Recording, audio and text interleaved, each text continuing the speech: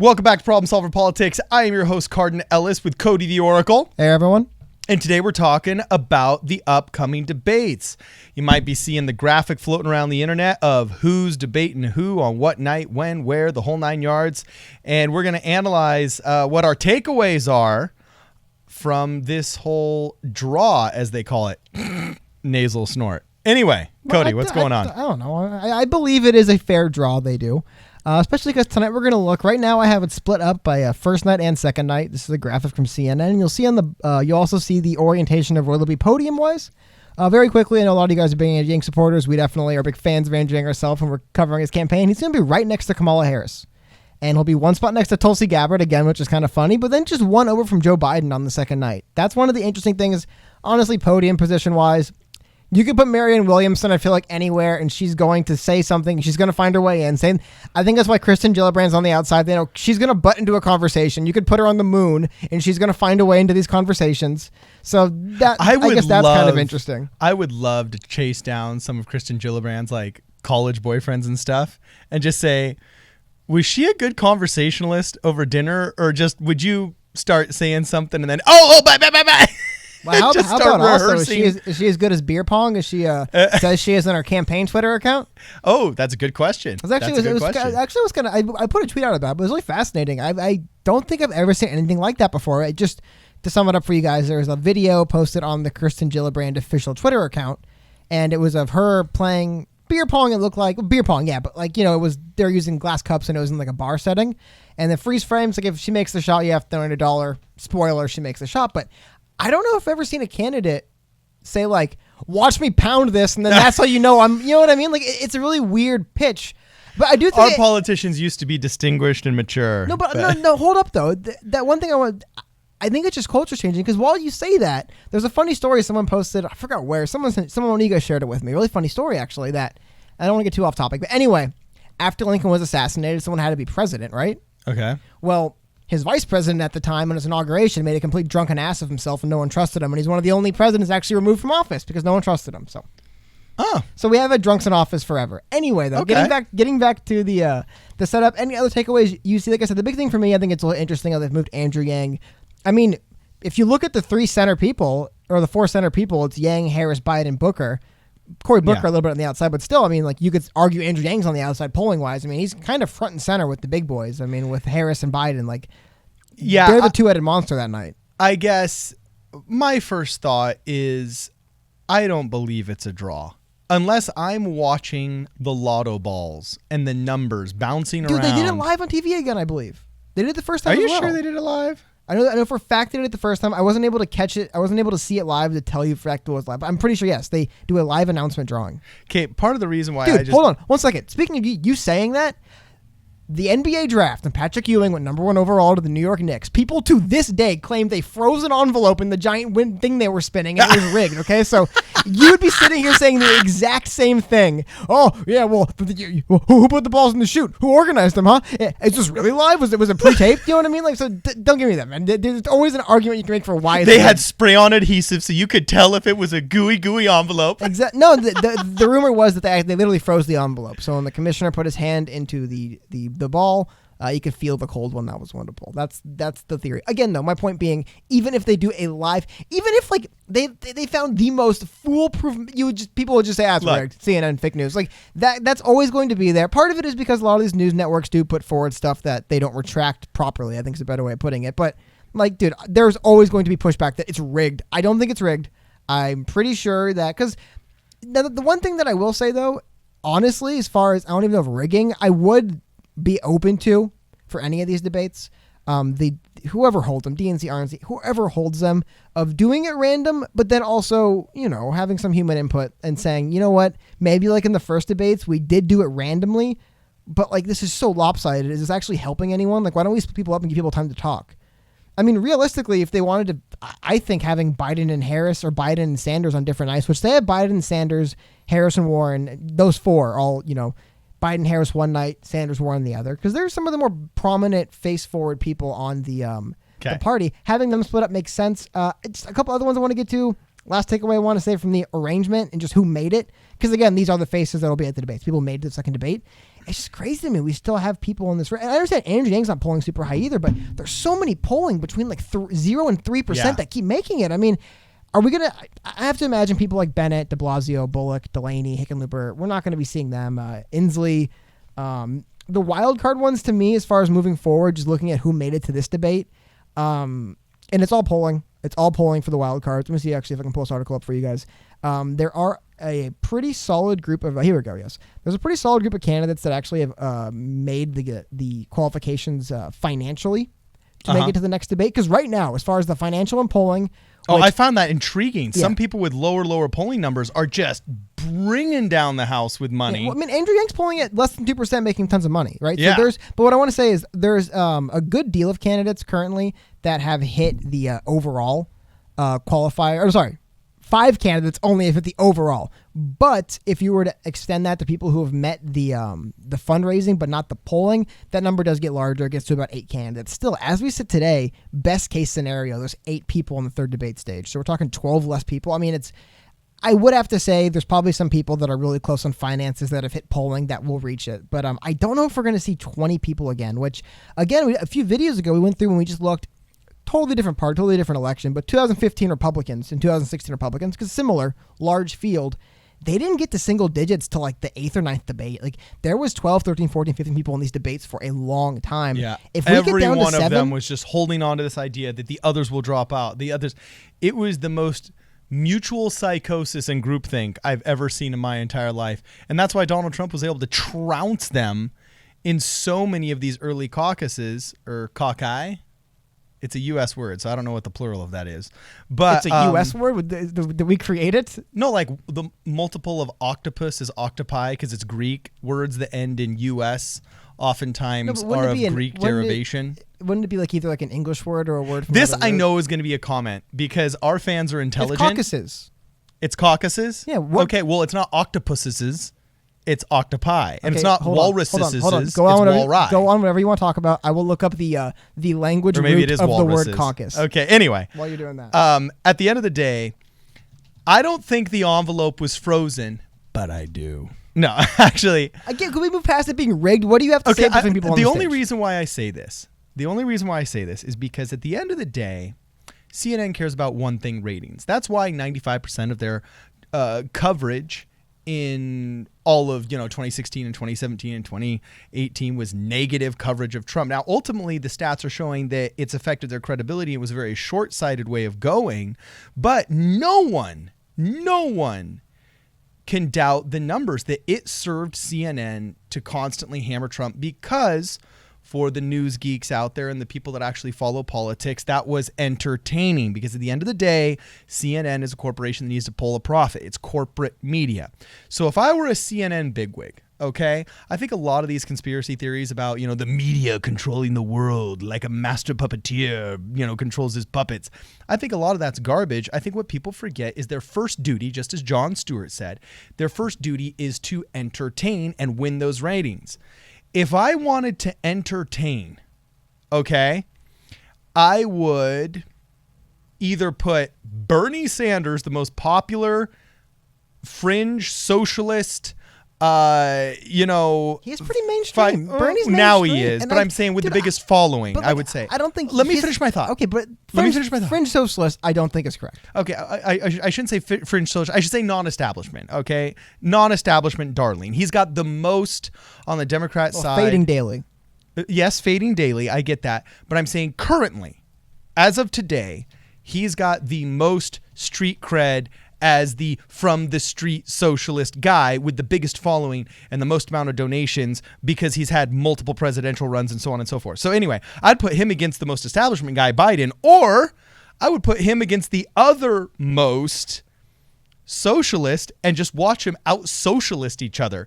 And when I see Bernie Sanders right next to Elizabeth Warren, I just think, holy smoke, that night is going to be like October 1932 when Stalin was debating. I don't know. I just made up that date. But, it's you find a way to work 1930 through 1950 Europe into literally every video we do. You find a way to work it in. Well, there are wild comparisons of the socialism versus capitalism that's going on. I don't know. Anyway, though, there was one last thing I wanted to say. Oh, One last thing, I would be remiss if we pass this up. We brought it up in one of our earlier videos again, but the joke has been running for the campaign that Elizabeth Warren always has a plan. She just has to wait for Bernie Sanders to come up with it first. So it will be interesting seeing them because that is the pushback I hear about Elizabeth Warren every single time she makes an appearance. People, that's just Bernie Sanders' plan. You stole it from him. Well, isn't Medicare for to see him on the same stage? Well, it's greater than that, though. It's greater than just Medicare for all. No, but I'm just saying, we accused every single candidate of that on Medicare for all. Not a single Democrat would touch Medicare for all a decade ago. Bernie's been pushing it hardcore for the past 6. 4 years ago, we had a huge national conversation on it, and now it's practically inscribed in stone in the DNC's platform. And that really is at the hands of one man, Bernie Sanders. And I'm sorry, some news, actually. I just pulled this up. I'm busy today. Sorry, guys. We're going to work it in a little bit, speaking about who's going to be the next debate. Okay. Recently, NBC SurveyMonkey survey came out, our poll, which has Andrew Yang at 2%. We were talking earlier about polling. Another interesting figure to hit 2%, and I believe this would be as an NBC News poll, would fall into qualifying polls from the rubric we spoke about before, right? Okay. Correct? I believe we went through it, and like large media-backed polls counted as qualifying, or polls in specific regions. Another interesting name on there, though, because we were talking again, like who's actually going to be on the debate stage that next night. Julian Castro, also at 2% in this poll. I have to imagine I know for a fact he's another guy I think who's on the outside looking in polling wise, similar to Andrew Yang. So that's kind of fascinating seeing. Yeah, that but he's also up there. He also looked like a champ in that first debate, and many people thought that he was a rising star because of it. So it is a poll from, I guess you're right, from July 2nd. So that was shortly after the first debate. So maybe that helped him. But as far as I understand, I don't think he's been killing it in all the polls before this. So if we're wrong, please let us know. But to be frank, I have to admit Julian Castro is one of those candidates I don't have the sharpest eye on, but I do believe he would be one of the other candidates struggling on polling wise, similar with Andrew Yang and about 2 or 3 other people down there. So that just came in today. I thought that was fascinating to throw in here. And one last thing before I go back to you, I have to give you credit, man. Ooh, what? Ooh, I love credit. According to a study done by, I believe, Middlebury University, the origin of the word caucus is debated, but it is generally agreed that it first came to use in the British colonies of North America. So it would be an American word. You're correct. Oh! I don't know how many words are American words, but that's one of them, dude. Caucus is an American word. So okay, because, if it were of Greek origin, the multiple would be a double I. Boom shakalaka. Okay, so can I just burn really fast over the next 30 seconds through what Chris Salisa's thoughts were in the CNN article? Oh, sorry. And see what I think about I can't believe him? we didn't get to that. Oh, please, man. We should have got to that earlier. One, Kamala Harris isn't Joe Biden's only problem. Oh, yeah, we knew that. He is the monster that's having 1,000 leeches attack him, and we got to see if he's going to bleed out or survive. 2, Clash of the Liberals. I'm glad this guy noticed it. It's going to be, I bet you he's referencing Bernie Sanders and Elizabeth Warren right there. 3, will Beto go after Buttigieg? Now, I have to give a shout out to, I don't know who our fan is out there, but somebody gave me credit for my Beto as Abraham Lincoln impersonation a couple of podcasts ago. And we're actually going to, in our comments video, highlight that comment. Okay, thank you very much. But Beto's got to do something because he's absolutely floundering. Moderate opening on night 1. Sure. Okay. I know that they're trying to be more well-behaved. Well, I believe they're just kind of speaking about the idea of, will someone actually push back from a centrist perspective? It's one of the biggest things when you have debates like this, dude. I know what drives voters crazy. When voters being crazy. No, but voters sitting at home hearing someone propose something and say, well, it does sound nice, but how are we going to do it? And no one else on stage says that. And I think that's what they're trying to bring up. Is someone on stage going to say, I hear what you're saying, guys. It might work, but how will it work? Voters do like to hear that, man. They like to see someone else on stage who's just going to uncritically say, sounds great. Yeah. I'm also for that. I hope there isn't... well, 2 things. 1, I hope they don't ask him a question easy enough where they can all raise their hand. And I hope if they do ask to raise a hand, which they won't, we already went over this, but still, I would like to see something on you have 12 people on a stage. Raise your hand if you support something that's kind of wild and out there. All 12 raise their hand. Like, are you kidding me? Like, Are we going to get anyone who's going to say, I actually am different from the crowd? Like, I'm not just one of these 20 faces. And how wild is your idea and revolutionary is your idea if all 12 candidates are proposing it? Exactly. All of a sudden, but the thing is, though, if it is still an idea, which I believe we're referencing, they raised their hands for providing health care to legal immigrants. I'm not going to weigh in on what we think about it, but the idea is... Yeah. I do know it's not a generally held belief by 95% of Americans. It is a belief that is still kind of radical and newer. So the fact that all 12 people, it's like, really? All 12 of you guys are on board for this kind of more radical proposal? Just weird. No one, not one person. You would think one of the fringe people would say, I'm just not going to raise my hand so people will write an article about me. You know what I mean? Like they all raise their hand. I don't know. Sorry, I took too much time. Moving on. Here, well, here's 5, 6, 7, and 8. 5, Andrew Yang is already a winner. Oh, yeah, he's right. Well, I believe he references the Real position? Clear Politics average of national polling. It says, according to the Real Clear Politics average of national polling, businessman Andrew Yang is averaging 1.4% support. And yet, thanks to the draw, Yang will be standing right next to Harris, just off center stage in the July 31st debate. I don't know if it's just thanks to that. I think the Yang gang made a lot of noise, and I'm still convinced there's a frozen envelope. Oh, dude, I can. There's a frozen envelope, No, dog. but I can assure you that there were a lot of people interested in did NBC have any hands and nefarious things behind. A lot of people are interested in that. I think it's smart by CNN, as like you said here. Let's put them on stage. Yeah. Because, dude, honestly, even because those few clips are around, and Andrew Yang, who was someone who, as we talked about before, would have no reason to lie. People No trust him. citizen. Like in our Yeah. Googling game, we talked about that. So people trust him. He's maintained it. Marianne Williamson backed him up. Those weird video clips are around of him moving his mouth and raising his hand and nothing coming out on the microphone. So, yeah, I think that is a good point that perhaps. And then, so I'll take the next one real quick. Keep an eye on Bennett. Well, I think 6, 7, and 8 are all the same thing. They say keep an eye on Bennett. He had a sneakily effective first debate, particularly in presenting himself as an alternative, like you said, to people who aren't sold on Biden. So they're curious how he's going to follow that up. Number 7 is WWMWD.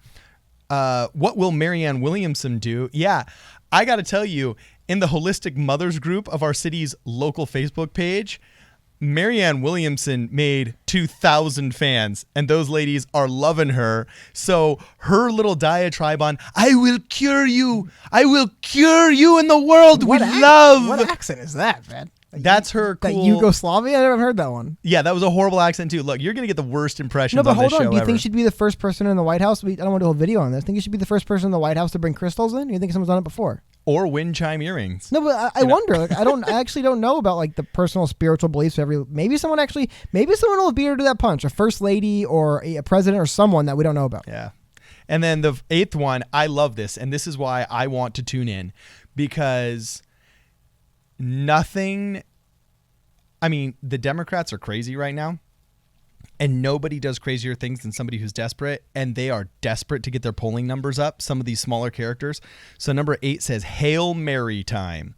After this debate, the Democrat National Committee is raising the bar to qualify for the September debate. Candidates must secure $130,000, average 2% in 3 qualifying polls, which basically means for all the people below the line, which is a lot of them, they got to throw a Hail Mary, and we're going to see what they're going to do. What do you think, Cody?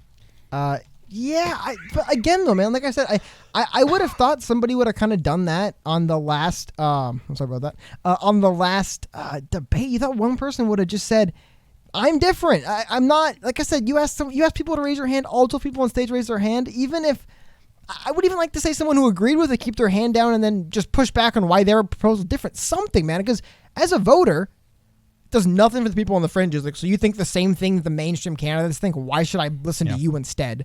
But last thing I want to flip over to Real Clear. As this is an aggregate, it changes all the time. Since the writing of that article has actually gone up 0.1% to Andrew Yang speaking to 1.4. I also wanted to highlight where currently Castro is. Castro's actually, wow, Castro's aggregating at 0.6%. So that 2% in the most recent poll for him really isn't bad. Yeah. I love this last sentence that says, when the looming qualification challenges, what the looming qualification challenges mean for these candidates is they need to make something happen in this debate or run the risk of being left behind as the 2020 campaign grinds on. That desperation, he used the word that I used, obviously an intelligent man, should create an environment in which these candidates are likely to take a very big swing at one of the front runners in hopes of landing. So I'm going to be watching for a little bit of a brawl. I'm curious to see what these guys are going to say. Please like, subscribe, and share this video. Let us know what your thoughts are, what you think these candidates are going to do and what they're up to and how this is going to pan out. And make sure, if you're interested, you guys can donate at problemsolverpolitics.com. Thank you to all our donors this week. Let us know what you guys think. This is Problem Solver Politics.